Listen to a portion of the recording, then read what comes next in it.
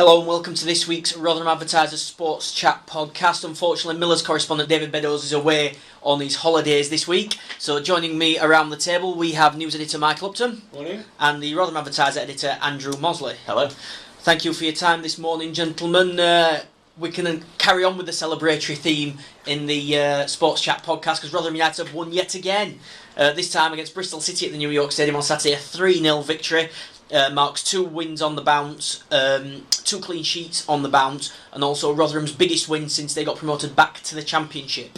So all positive signs, Michael, for Neil Redfern's men.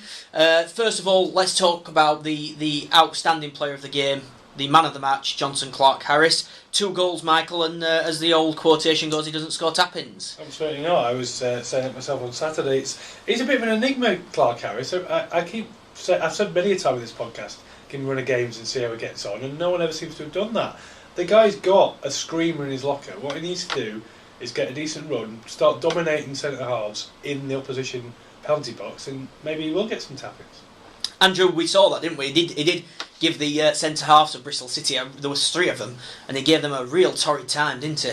He was really aggressive, which I think is a good sign that his confidence is coming back. Not as aggressively on best, though. Yeah, not as aggressive as that, no, he didn't elbow anybody. But he really did put himself about, and I think he bullied the defenders, which was good, and you could see that. They were poor in defence, Bristol, and I think they felt threatened by him, and he broke their spirit. Well, he's got all the attributes, hasn't he? He's got the pace, he's got the power, he's got the strength, and he's got that wicked left foot that we saw twice, not just his first one, which was a curler towards the back stick, but also the penalty. I mean, to hit a penalty that hard, you must be pretty confident that it's going to be on target. Yeah, I thought the penalty was possibly more impressive than the first goal. Just the way that he approached it and took it. Would have been easy to have stood there and just tried to outguess the keeper, putting it in a corner, but he didn't. He knew where he was going. Didn't give the keeper a chance. And he absolutely hammered it. I mean, Frank Fielding would have been back in Bristol if he'd have tried to save that, I think. Michael, just a quick word on Clarke-Harris. Steve Evans told us before he left the club that Clarke-Harris was on his way to Colchester earlier on in the season, but the striker himself turned down that move, didn't fancy it. Rotherham fans must be quite glad that he turned it down now. Well, Steve's approach to strikers is always very interesting. Sticking with those who don't score for the long term, and then maybe bringing one in for a couple of games and then dropping him. It's a strange approach. Hopefully Neil Redfern will put an arm around his shoulder and say, right, you're my number 9 now, as I've said before, and commit to him. I think if you want to build a team that's going to be successful, you want to build them around key players. This is his chance. I believe at the time he was a record signing when they signed him.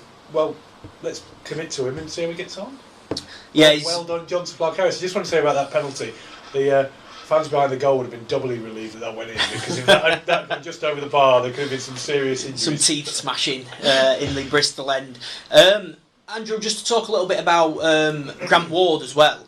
I believe that was his best game in a Rotherham shirt, but every time I see him at the minute, he seems to be getting better and better. He's a real outlet, isn't he? He's got that pace and that drive and that directness. Yeah, as he showed it pre-season, and then after the first couple of games of the season, his confidence seemed to dip, which was probably indicative of what was happening throughout the squad, I think. Neil Redfern's come in, and he seems to have got that confidence back.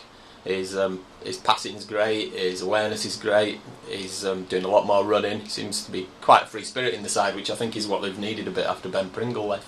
And just to say as well, it's no coincidence that these 2 men that we're talking about, the standout players, are both relatively young players, and Neil Redfern's track record with young players is good, so quite predictable maybe that these 2 should come to the fore, Michael. Well, it's kind of ironic really, because a couple of weeks ago we were saying there was too much youth in the side, not enough experience. He's brought in that kind of solid defence, and maybe that's allowing the young players in front to have a bit more confidence and show a bit more flair.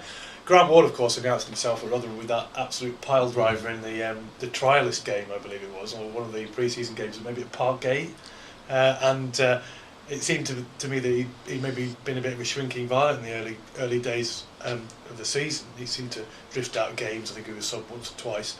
You need, as I was saying about Clarke-Harris, you need your flair players to come to the fore. And perhaps the solidity behind him is going to give him that opportunity. Just talk a little bit about those 2 clean sheets, because we know that Neil Redfern is just as happy, he said it, with them as he is with the goals. He's been working hard on it. Brought in Stephen Kelly, he had to go off injured at the weekend. Farron Rawson came in and did a very capable job that we've seen from him several times before, Andrew. I think Farron Rawson's a good player. I think he showed it before, and he did on Saturday. Yeah, it is 2 wins and it's 2 clean sheets. They have had a run of 2 wins before, and not capitalised on that. So I don't think they need to be getting overconfident.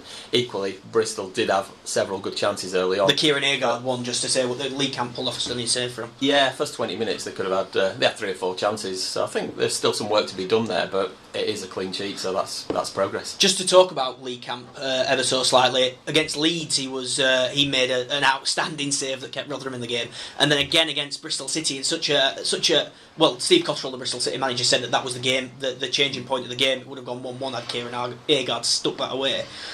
Just how much of a great signing has he been, Michael? Well, you took the words out of my mouth there, Joe, because I was going to say that save at Leeds last week especially was crucial, and again the Agard thing. Imagine how much he would have loved to have scored at New York after all the controversy over that move. And that was a very crucial save at a crucial moment, because we've seen Agard slot that kind of chance at that very stadium many a time, and I think the previous maybe 3 goalkeepers we've had might not have been quite so confident of him doing that, but he seems to be a solid goalkeeper on a very good run at the moment, and a very, very good signing.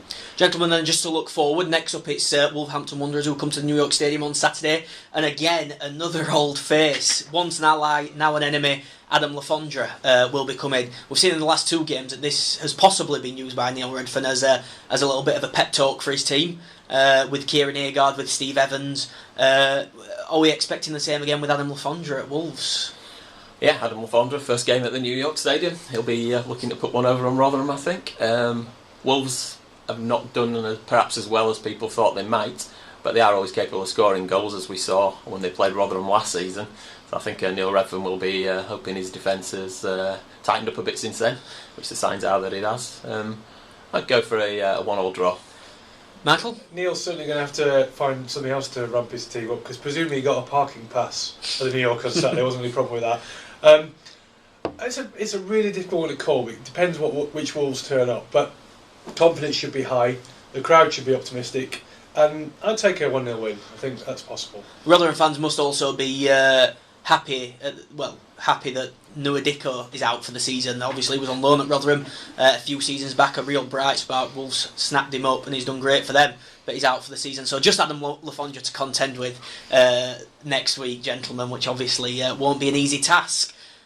It'd be nice to see a few more fans as well. Dipped below 9,000, didn't it, on Saturday? So hopefully that performance will get a few more back. Hopefully the couple of wins will bring this feel-good factor back that maybe has been lost a little bit over the last couple of weeks. There's been a little bit of booing and a little bit of discomfort in the stands, but hopefully now, Michael, the fans will be back on side.